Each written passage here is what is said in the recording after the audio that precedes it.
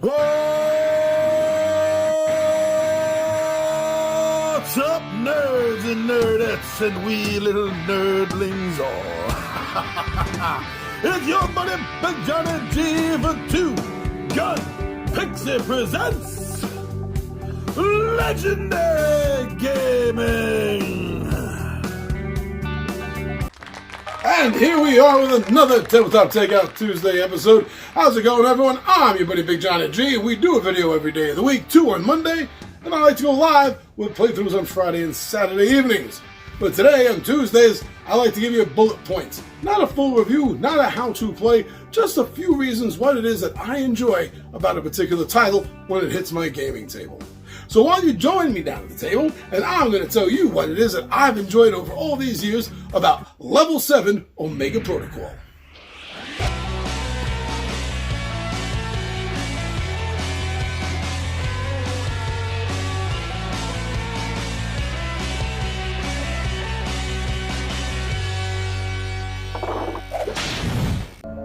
Level 7 Omega Protocol. This is a great sci-fi dungeon delve at its core. This game is the concept, basically, of half of the idea, if you're familiar with the Dulce base war for ufology. Like, take that, and then take the Aliens movie, and then have, like, I don't know, H.P. Lovecraft stitch the two together. And that's basically what you're going to get with Level 7 Omega Protocol. I really like that. Okay, well, first I should mention that this is a one versus all game, Dungeons and Dragons style. You know what I mean? So, one thing that I really do like about this is the use of adrenaline, and this is why I kind of called to Lovecraft a moment ago. Adrenaline, you know, aka fear, right? Fear mechanism. This is called adrenaline. So you're always, when I say you, I mean the players who are the Marines, the Space Marines sent in to deal with this. You are always generating adrenaline. So therefore, you are always generating the one source of resource that the Dungeon Master type player needs, who's commanding all the aliens. Because he powers everything, or she, it powers everything with adrenaline.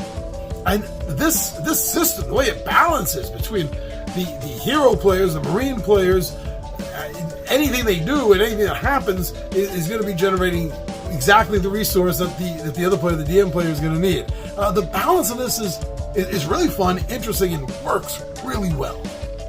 So, like, playing this game comes down to me. It feels like a boxed tabletop version of a Dungeons and Dragons RPG that they try to make a board game version of, and combining that with like a miniatures war game. And these two blend together really well. Generally speaking, they do. And here, specifically for this title, I also find that these are working very good together.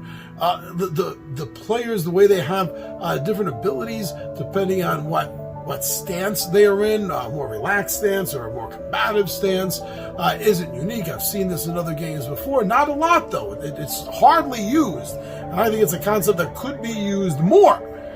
But yeah, you see that in this game, and it really brings the whole miniature war game part to life in this RPG board game version, kind of dungeon crawl thing.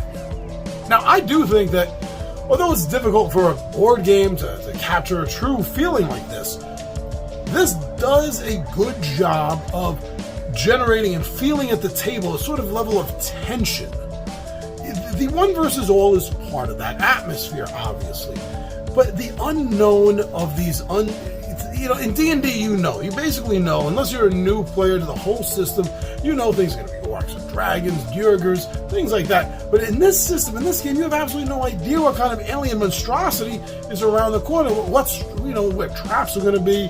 It brings this level of tension that you don't see in a lot of board games. And it is difficult to capture that, especially at very high levels. And this does some capturing of that, which is better than most.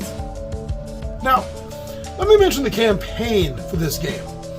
Because, first of all, I have to admit that this is the middle part of a trilogy. But don't worry, because the first and the third part, you honestly don't need. Every game was built so that could be told separately, individually. The first game is why this base is on lockdown, why aliens are in control of the base and the Marines have to be sent in. That first game is about what happened. Why? That's because human test subjects escaped. And during their escape, everything went to hell. It was chaos. And now the aliens are in charge. And then the third game, the one after this, is where the aliens made contact with their people. And now there is a worldwide galactic war going on, like for control of the Earth. So each game is a game in and of itself, but if you have them all, it has a magnificent overarching campaign system. But this title also has a very good campaign system from beginning and end. It is a good, tight story, and that's not, I don't hear that a lot about this game, talking about the story aspect, how it's story-driven in an RPG-style way, and it really, really comes through in this particular title, and they did a bang-up job with that. Now, this is an older title. It's been around for a few years, and I think it's about time to shine a little bit of love back towards this title. So if you heard anything at all that I said, saw some images that you liked, go out and find out some more information. Maybe watch a playthrough. That's the best way to find out if you're going to like a game. But whatever you do, go get more information on Level 7 Omega Protocol.